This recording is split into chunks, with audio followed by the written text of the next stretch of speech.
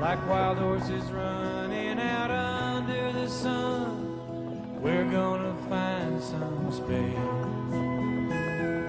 There aren't many left like us these days. God's greatest gift to you and me is knowing how it feels to be free. Listen to the wind blow over the hills, the whispering pines. Everything is free and all that we see is yours and mine. Just you and me and this old log house is all that we need. That's why they call us the vanishing breed. That's why they call us the vanishing breed.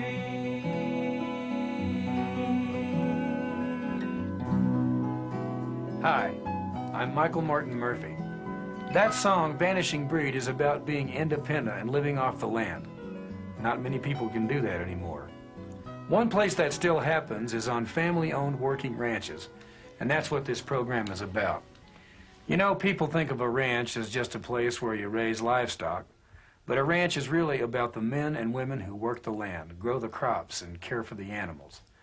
Ranching is a way of life with its own values and traditions, even its own style of dress. The American cowboy is known all over the world.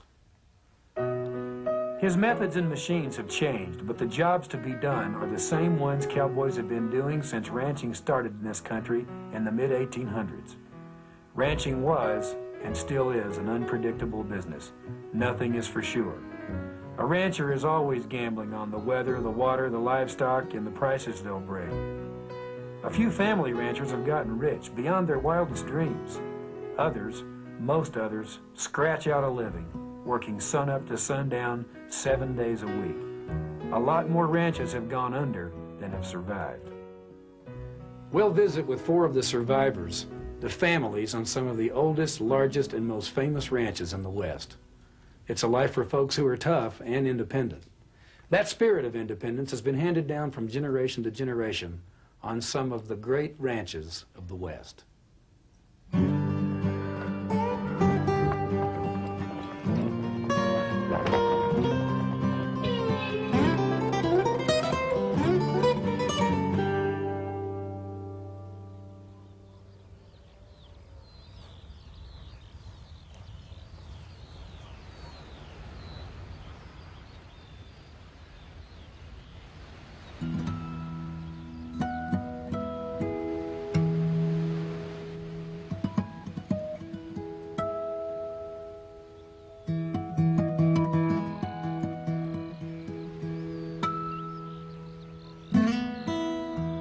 It's fall on the grassy plains of New Mexico. Just outside of Cimarron, New Mexico is the C.S. Ranch. It was started in 1873 by Frank Springer, who came out from Iowa and bought a small piece of land where the C.S. headquarters is still located. The C.S. stands for Charles Springer, the founder's brother. Today, the C.S. is owned by Les Davis, the founder's grandson, and his wife, Linda. The lineage of these cows go back to a little bunch of Herefords my grandfather brought here in 1881. So we've never bought any heifers since. The CS has about 3,000 cattle spread out on 220,000 acres of prairie grassland. The ranch is a cow-calf operation. They keep a herd of cows that have a calf every year, then sell the calves to feedlots or other ranchers. The CS Ranch is unique. It's a family ranch if there ever was one. The Davises have 6 grown children who have all chosen to come home. They live and work on the ranch. Today, most of the family is on horseback. It's fall roundup time.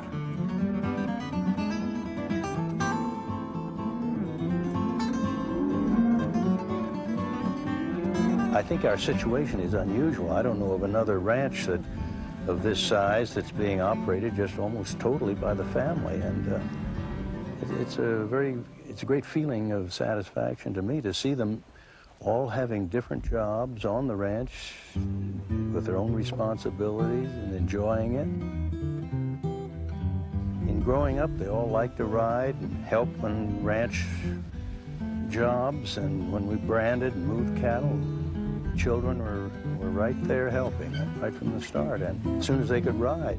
Of course, there's my wife Linda, who is a fine cowgirl, and they're all a tremendous help.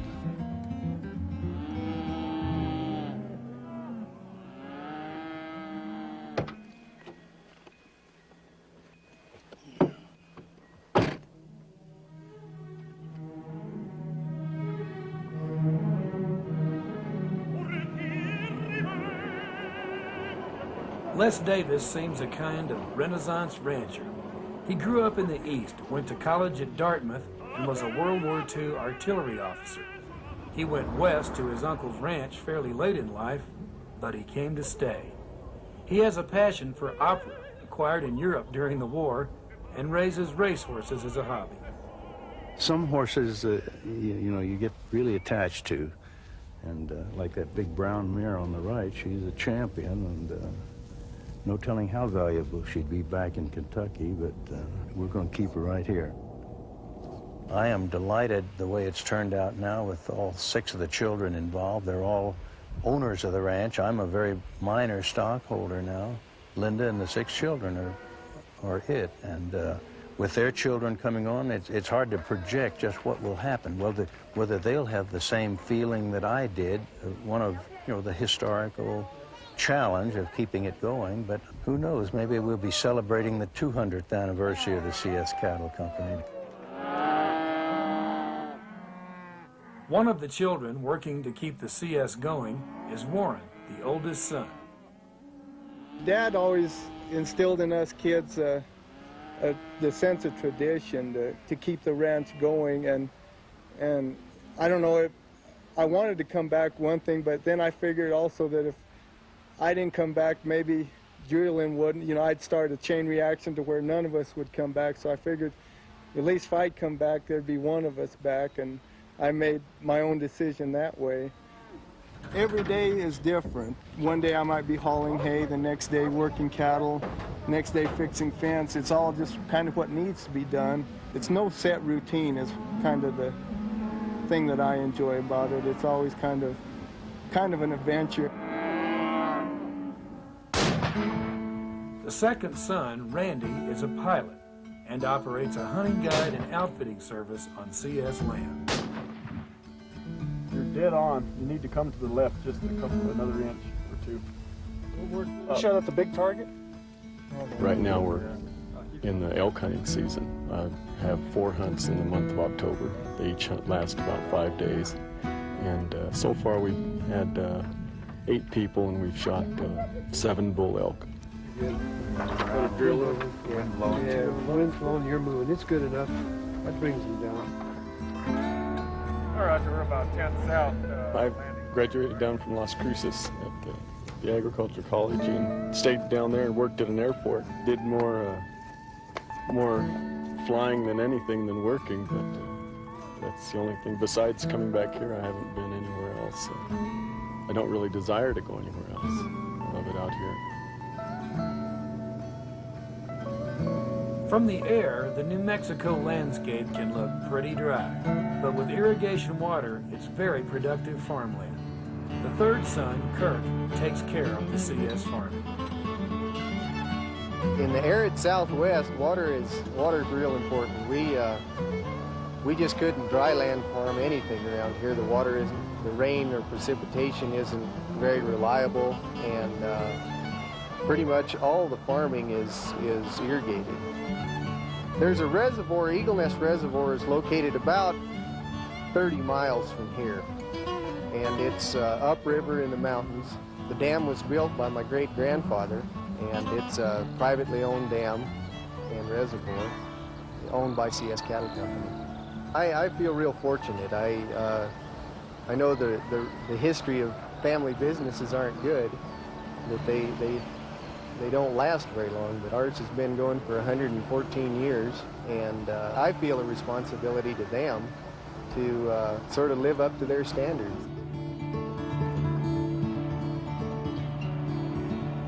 With water rights, land titles, and cattle contracts, a ranch has a lot of legal work, so it's nice to have a lawyer in the family. The CS has an office in town run by the oldest daughter, attorney Julia Lim. Julia Lim, does that land bank payment show up on what we have to come up with? Well, it should. I think that, well, and we've sold. I think that for me, probably the question of whether I'm going to be practicing full-time is one that comes up a lot, because I'm right now involved a lot more with the day-to-day ranch work and probably the business of the ranch, and actually just the horse and cattle work. I'm a lot more involved with that than any sort of legal work, which I miss. I miss trial work and I miss having a straight practice, but when I was practicing full-time, I really missed the ranch. And so it's kind of a damned if you do, damned if you don't, but it'd be hard to leave the ranch. These are lots 1867A through G, all consigned by the CS Ranch. With slick video presentations and satellite cattle auctions, selling cows just isn't what it used to be. Bruce Davis is the youngest son. His job is marketing the CS cattle. Our basic goal is it's pretty fundamental business, just sort of cut costs, increase income, and get our debt liquidated, and we've done a pretty decent job of that. Ranching is a long-term business. Our responsibility is to make this ground more productive as we go along, and hopefully more productive for when our children come on.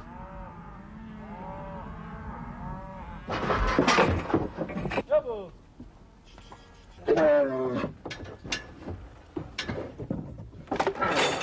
a minute, Kim.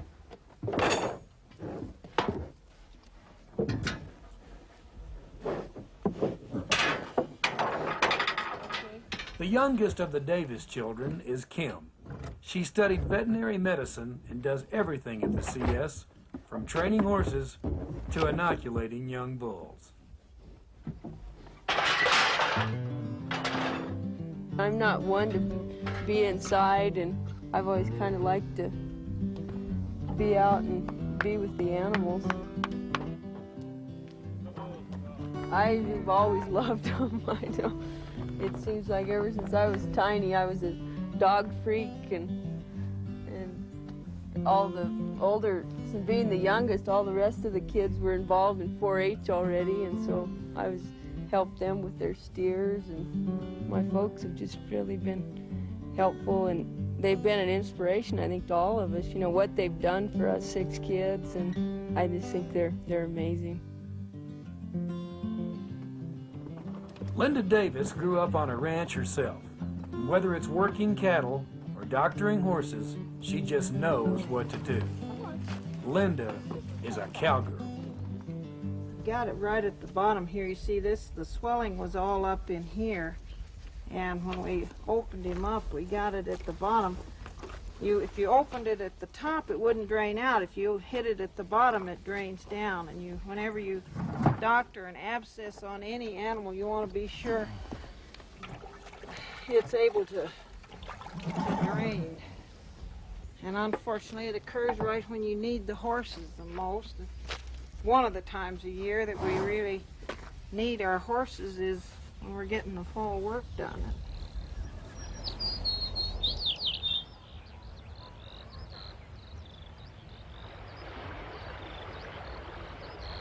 Well, we love the land. I guess that's one reason that we've always stayed with it.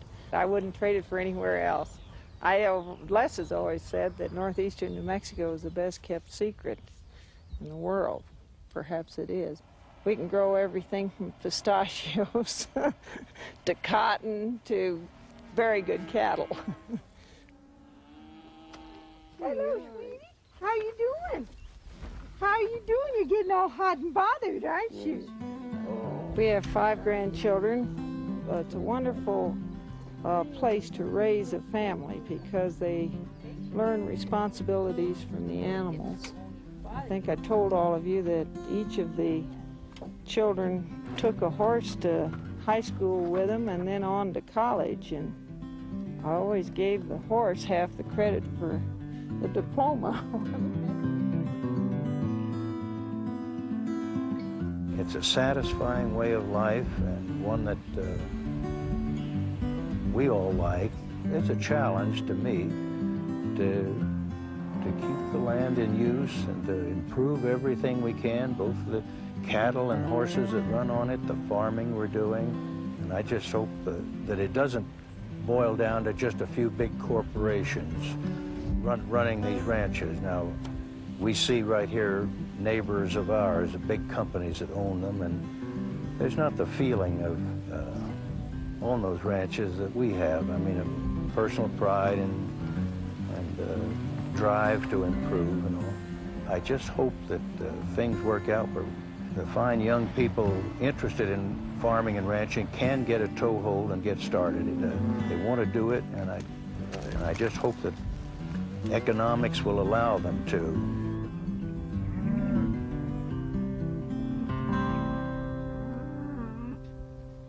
When it snows and temperatures drop below 0 on a ranch, it's hard to know who suffers more, the animals or the cowboys. Everything takes twice as long, seems twice as hard, and things just break. There's a lot of physical abuse that goes along with ranching, especially in the winter. The weathered skin and calloused hands are earned, but you rarely hear a complaint. It's just not the cowboy way.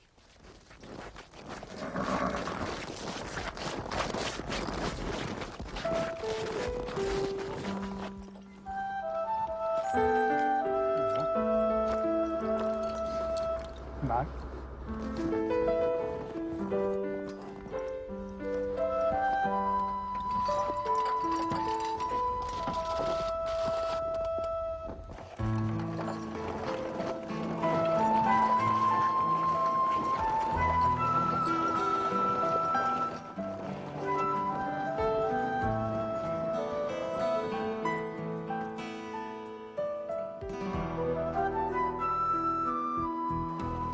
On the Spanish Ranch, just north of Tuscarora, Nevada, a minus 20-degree temperature on a January morning means feeding cattle. A cow can survive just about any cold weather if it has enough to eat and water to drink. The Spanish Ranch is one of the few ranches left where they still use horse teams to pull hay wagons loaded with vital winter food. We still use a lot of teams, especially for feeding and irrigating. One thing about a team is you'll notice they always start.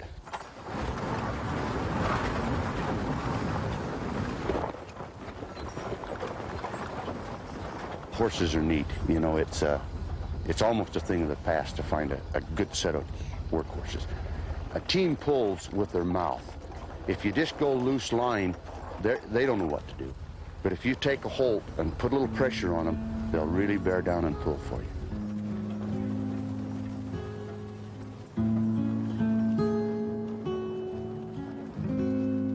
Deloyd Satterthwaite manages the Spanish Ranch and 6 other ranches, all owned by the Ellison Ranching Company. Deloyd's father-in-law, Stanley Ellison, ran the ranches for over 50 years before him. Deloyd's wife, Connie, one of Stanley's 3 daughters, grew up on the Spanish Ranch. The ranches are all connected and cover over 1 million acres, stretching 300 miles south from the Idaho border, making it one of the largest operations in the West.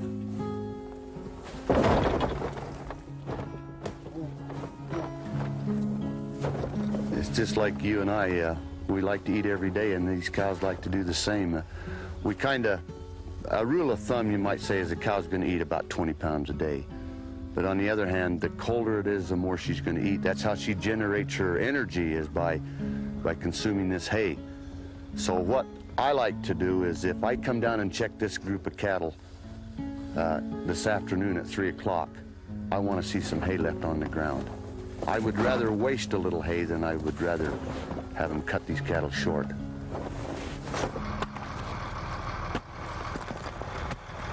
A cow won't eat snow. She'll lick snow, but they can't get water from snow and not maintain themselves for very long. Usually wherever you see the willows, there's a creek. The cowboys will come through, or Scott sometimes will go over there and make sure that water's open, because it'll freeze, and it freezes deep. But you open that water daily so that these cattle get a drink. I've been here right around 26 years, and it doesn't seem to change. The only thing that changes is more snow, less snow. It's colder, warmer. The cows change a little bit, but the system is basically the same.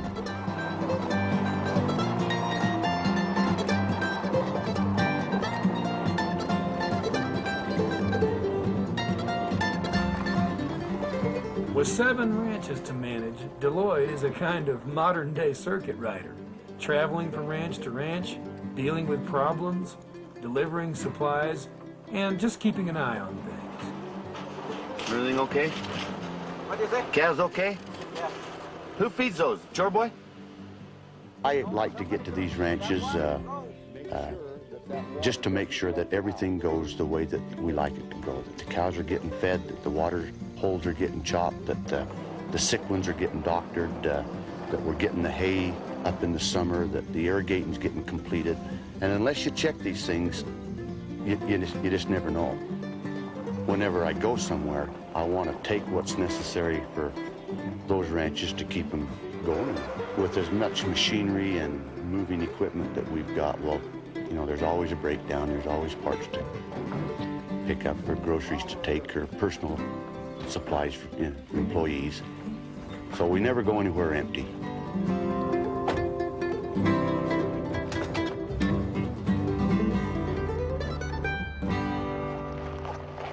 Watch this son of a gun and kick your head off.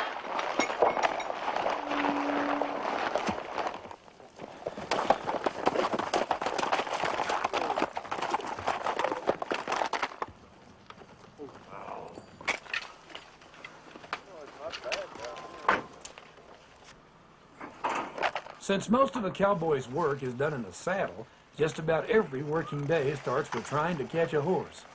And it seems there's always one that cowboys say just don't want to be rode.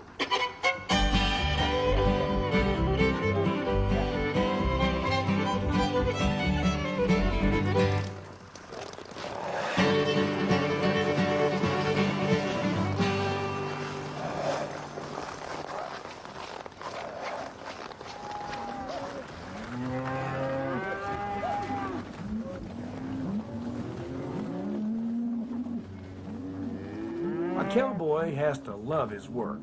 Why else work 6.5 days a week for $400 a month and room and board? He's supposed to be tough, but his job really is caring for mama cows and their babies. There's a lot of stress on these calves. They're weaned off their mothers. It's 20 below. They don't like to drink the water, and the stress that they go through is enough to make them sick. The cows will make it, you know, but these calves, they need some care. This is the difference right here between profit and loss. Every calf that you lose is something that you can't market this fall.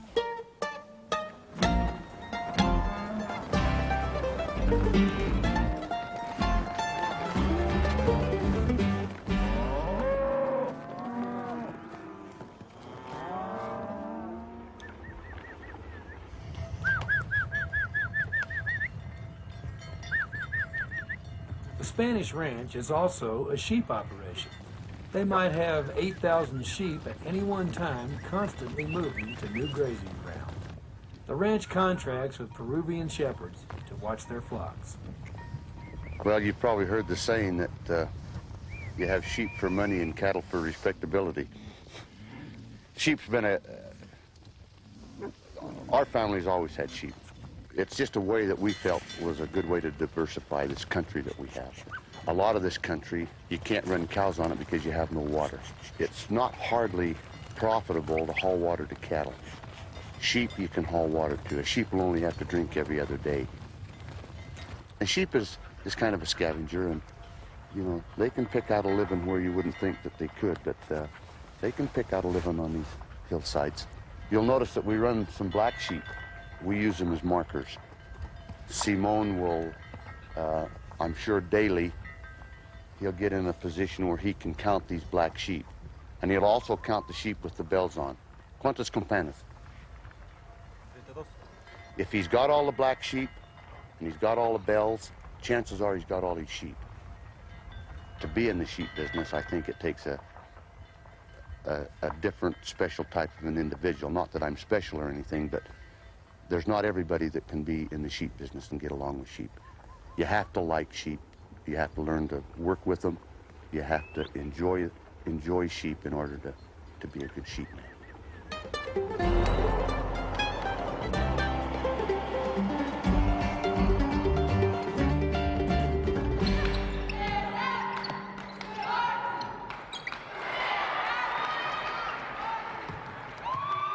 I'll drive many, many miles to see 15 minutes of basketball. We follow our children. We're involved in 4-H. We're involved in the church. Anything that our family is involved in, I'm involved in. That's what's important to Connie and I think. And our recreation, I think, is kind of based around our family interests. There has been while we've had children at home. Yeah, right now it is. Sometimes he'll say, how about a weekend in Twin Falls? Well, you take the big truck and you get a load of grain and all the parts and you stay overnight and he gives you one good meal and you come home and that's it. But it's fun. We like it. In the West, they say that a rancher's daughter makes the best rancher's wife. Connie and Deloyd have 2 children at the ranch, Shauna, a high school student, and Scott, the Spanish ranch foreman. I have a lot of pride that our family's been involved in this ranching operation for a lot of years. My folks been here for 52 years. My grandfather and his father before him were involved. And I'm proud to be a part of it now. Proud that my children are interested in it and involved in it. And when Ellison Ranching Company name is mentioned, I'm proud to be an Ellison and part of it. I would hope that the Spanish Ranch would always continue in the family. I would hope that if my children desire this as their way of life, that they have the opportunity to follow my footsteps. It doesn't come easy. I was here for 20 years before I got into management-type positions. It takes a lot of hard work and lots of sweat, but the rewards are there.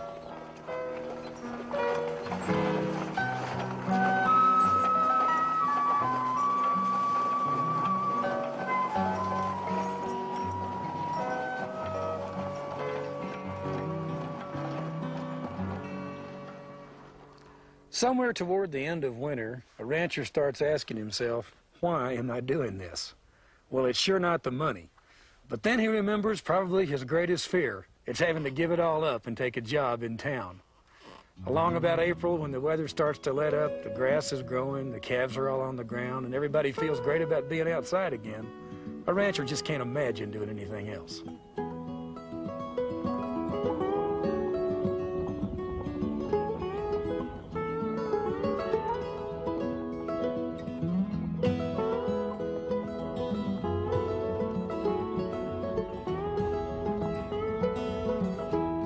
Cowboys in Hawaii sounds about as likely as surfers in Cheyenne. But in fact, Hawaiians have been raising horses and punching cows since the early 1800s.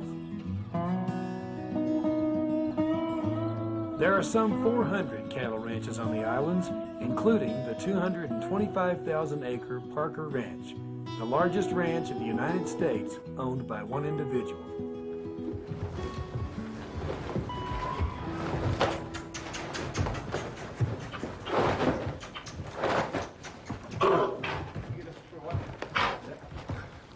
Breaking horses for cattle work is still the same dusty, bone-jarring, time-consuming work it's always been. This is Eric Lindsay, working a 3-year-old that's only been ridden twice. Parker Ranch raises all their own workhorses, a combination of thoroughbred Morgan crossed with quarter horse. Eric is a 4th-generation Paniolo, the Hawaiian word for cowboy derived from the word Espanol. Many of the first Hawaiian cowboys were of Spanish descent. I'm proud to be a Paniolo on Parker Ranch because, you know, it started back from my great-grandfather to my grandfather, my dad, my uncle, even down to my brother. We all work on Parker Ranch. I don't know, I feel something good inside, you know, working on Parker Ranch, knowing that I had, you know, my dad, my grandfather, you know, down the line, working all for Parker Ranch. I don't know, I feel proud to be here on Parker Ranch, you know. John Palmer Parker, the ranch founder, arrived in Hawaii from Massachusetts in 1809. Legend says he became friends with the Hawaiian king Kamehameha, and then married a Hawaiian princess. Parker began to tame the wild offspring of cattle left on the island in 1793 by Captain George Vancouver. From a small 2-acre plot of land, Parker began the Great Ranch, and a lasting part of Hawaiian history. Today, Parker Ranch is owned by the great-great-great-grandson of John Palmer Parker, Richard Smart. I hope that I've succeeded in keeping it going, because it was a going thing when I first inherited it, and I hope it'll be a going thing when I move on to the next world. Richard Smart is not a hands-on rancher. His parents died when he was a child, and he was raised by his grandmother on the mainland. The ranch was run by trustees for many years, while Smart pursued a career in the theater. He inherited the ranch in 1943. I don't think of myself as a rancher completely, and I don't think of myself as a theater person completely. I enjoy both, and I'm interested in both. Richard Smart is an avid collector of art, which is displayed in the family home and is open to the public. I feel very honored and very fortunate, very lucky to have this type of heritage. Much of the Parker Ranch is open for visitors. There's a shopping center, restaurant, a museum, and ranch tours. But despite all the tourism, Parker Ranch is still a huge working cattle ranch. They have over 50,000 cattle on the ranch and produce over 10 million pounds of table beef a year, 1/3 of Hawaii's total production.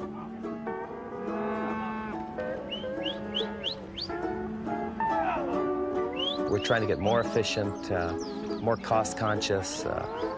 Here in Hawaii, our costs are, 3-4 times what they are on the mainland. Our cattle prices are almost 1/3 less than what the mainland is. So it really puts you in a real economically stressful situation. And we used to have, at one point in the ranch's history, about 400 employees, and that's when people were working for $1 a day. Robbie Hind is the livestock manager at Parker Ranch. He's responsible for everything related to raising cattle, water, breeding, the horses, and the employees. Today we've got 73 employees that are related strictly with the cattle operations, secretaries and all, and we're beginning to work more as a team every day. We have to. We can't be separate like we used to be. We've got some employees here that are sons of fathers who have worked on the ranch, and they still have to produce, though. If a grandson is not producing, he's not going to work for us. I don't care if he's had 4 generations here, but we try to give the local people first crack at work. I really enjoy the cowboy humor, and their character. It makes my day to go out and work with these guys, and really, they're a special group of people.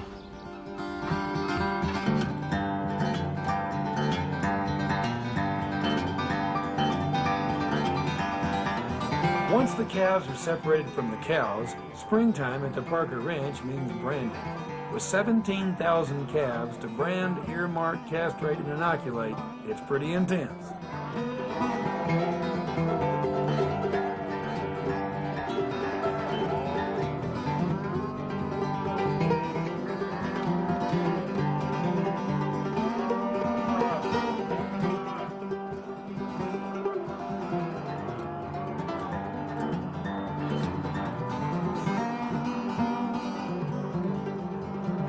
Cowboy work is so tough, not many men can do it for a lifetime.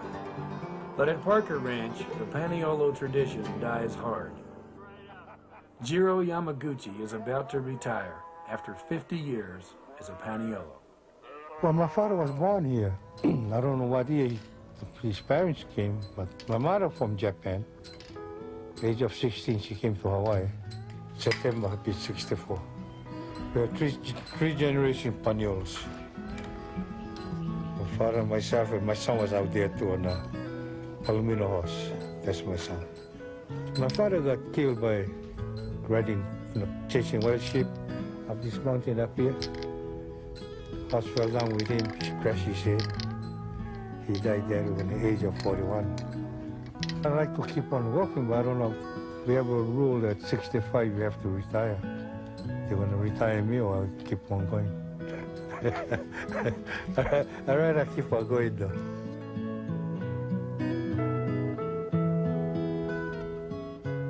In the old days, cattle were trailed down to the beach and then towed out to barges for transport to Honolulu feedlots.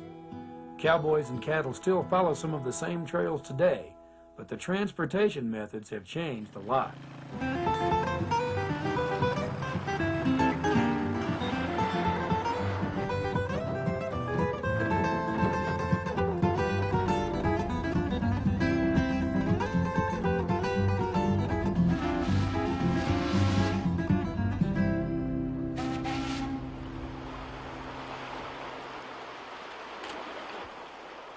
Parker Ranch has such a history. It's great to be part of that history and be part of making that history. I believe ranching will be here for a long time. We'll have our problems like everybody else, but I think with the attitude of management today, it has to be one of change and open-mindedness, and I think that'll have ranching survive for a long time to come.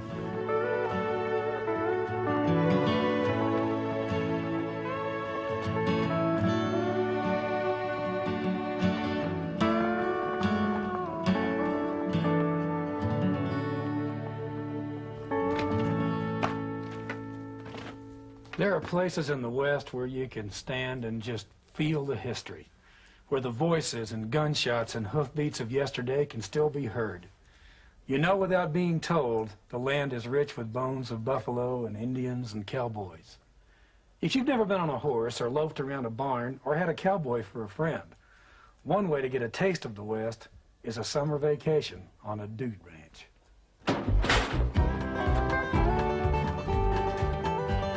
You know I want to ride with the rope at my side, saddling up and heading toward the sun. Riding on them critters, eating campfire fritters. This was how the West was won. I'm a cowboy wannabe, never thought I could be riding in that western rodeo. I want to be a cowboy, and I mean now, boy. Yo, yo, yo. The whole idea of a dude ranch is based on sharing the pleasures of the Western way of life. Eaton's Ranch is the original dude ranch. Its 7,000 acres is located on the eastern slopes of the Bighorn Mountains in northern Wyoming, just outside of Sheridan. The story of Eaton's goes back to 1879 when Howard Eaton left Pittsburgh and went west to the Dakota Territory. His two brothers, Alden and Willis, soon joined him. They struggled to make a go of it, but even so, they wrote glowing letters to their friends in the East, including Theodore Roosevelt. Soon they had more visitors than they could handle and found they were paying out more than they were taking in. One of the friends told him he didn't want to go home. He had some money and would consider it a real favor if they'd let him stay and pay a little each week. Howard Eaton said they felt like robbers when they first took the money, but it was fair and became the custom. Dude ranching was born. The Eaton brothers moved their operation to Wyoming in 1904, where it's been ever since.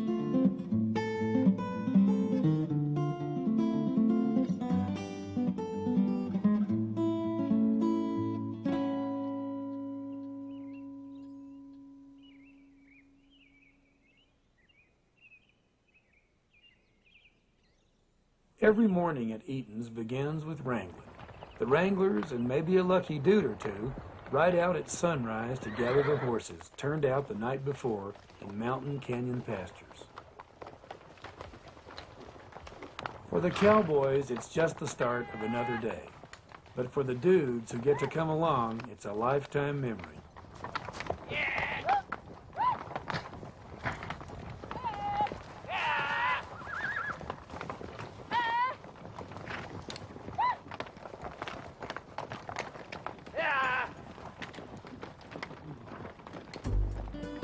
It's the beginning of a new week at Eaton's Ranch. That means a new group of guests. Frank Eaton and Bill Ferguson are the fourth generation running the ranch. They know every one of their 200 horses and match them up with a dude's riding skills. Some dudes are expert riders. Others just claim to be. How you doing this morning? I can't stand right there, darling. You're all right. Right. This horse isn't going to go anywhere. Just a pretend horse. He's not going anywhere. When new guests arrive, they get a saddle fitting from one of the wranglers. At Eaton's, the wranglers usually are college students. They saddle horses, lead trail rides, and just help the dudes. It's a great summer job. I've done some regular cowboy stuff, and it's not near as glamorous as this. The enthusiasm level is so high. The dudes are come here and they are ready to get Western. The people out here are the best. Mostly it's just a kind of a chuckle when you see somebody get on the wrong side of their horse or something like that.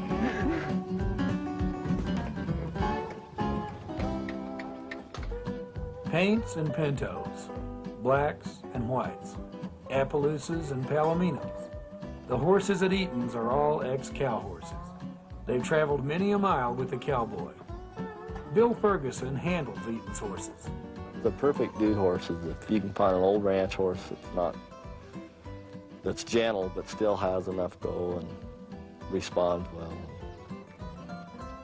With the working ranch, you are mainly trying to make your money on either cattle or sheep or whatever our crops or whatever it is that you're trying to raise, while here we are trying to please the people that are our dudes that are coming to it. There is quite a difference.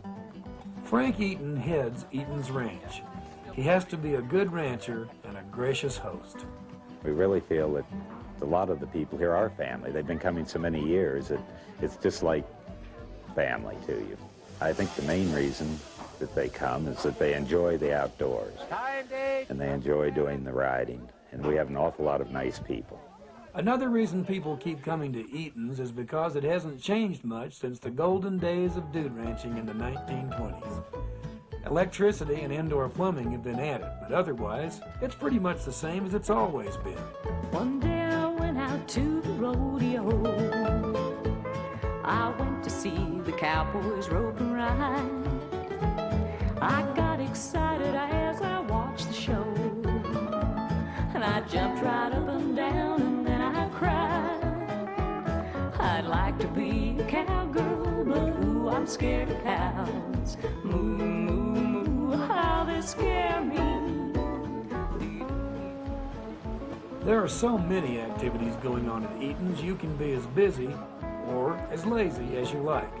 No one forces you to participate, but with so much to do, it's hard not to fill your day and your night.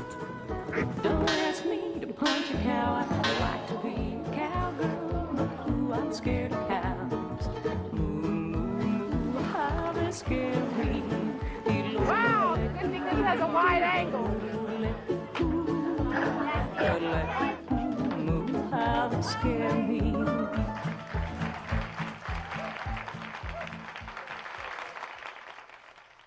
All the extracurricular action is fun, but the riding is what makes Eaton's a great ranch and a special place for families. Parents and children can share a Western adventure that will always be part of their family memories.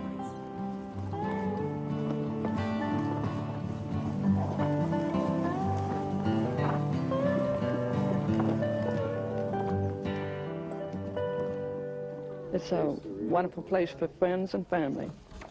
Great American life. One of the unique things, I think, is the age spread that's represented here. From 80-year-olds down to 8-month-olders. And everybody's so nice. The little kids all say, hello, good morning, how are you? And it's a nice feeling to be with the young people. Well, we're sisters, and we're from Greenwich, Connecticut. Pennsylvania. Oklahoma. Maine. Minnesota. And she's from Paris. France. And I've been coming since 1936. My father started coming in 1922. Now my children come, and now my grandchildren come. So we're fourth generation. You get to ride horses every day. We're going to come back and bring our family and their families and start a tradition and be part of it. We want to say that we're going to bring our next 5 generations here. This is the only thing that keeps me going. I stall around 10 months at home, and then I come out here 2 months in the summer and get ready for the next year.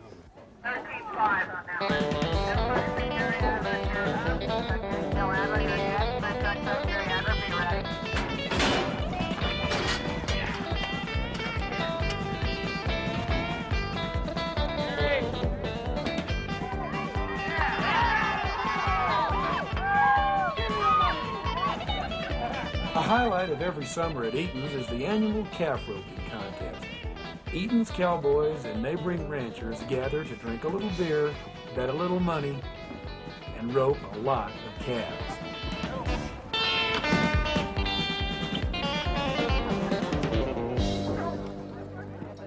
For the family that runs Eaton's, sharing the Western ways with visitors enriches their own lives. They wouldn't trade ranch life for anything. I like the idea of giving people a good vacation. We've made a lot of friends over the years from all over the country. Good friends. Well, we've even had people this summer that were here when they were 12 years old, and they said it hasn't changed a bit. So I like it that way. I hope it stays that way forever. The feeling that you are part of it, that you have a real bearing on what is going to happen, that you can control great aspects of your life that perhaps other people don't have that feeling. It's your own independence, you know, that you live your own life and not, you know, not have to be so programmed to a 9-to-5 job. And also that being able to live in this part of the country is a real privilege. Feels like you're your own boss. You're out riding, you're out, no one's telling you what to do. You feel at one with the country. What I would say is what I like about it, that there's nothing nicer than seeing the sunrise come up and being out moving the horses, just out on your own. When you have this beautiful country to live in and be in, it really makes you appreciate it.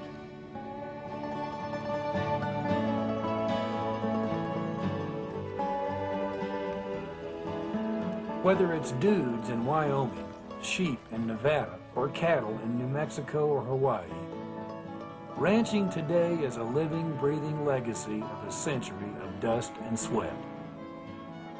There's no other character in American history as firmly fixed in our imagination as the cowboy. Today, he's just as likely to wear a baseball cap as a Stetson and might spend more time in a pickup truck than on a horse. But our strong belief in doing what's right, helping your neighbor, and keeping your word are all rooted in the code of the West. Ranchers today are preserving that way of life, as well as producing a product that helps to feed us all.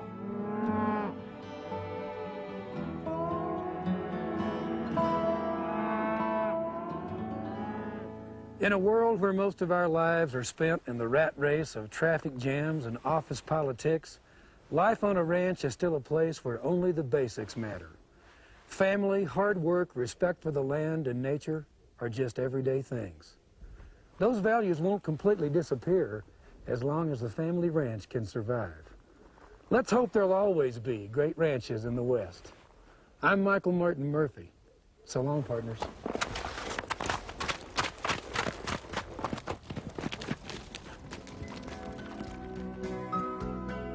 That's why they call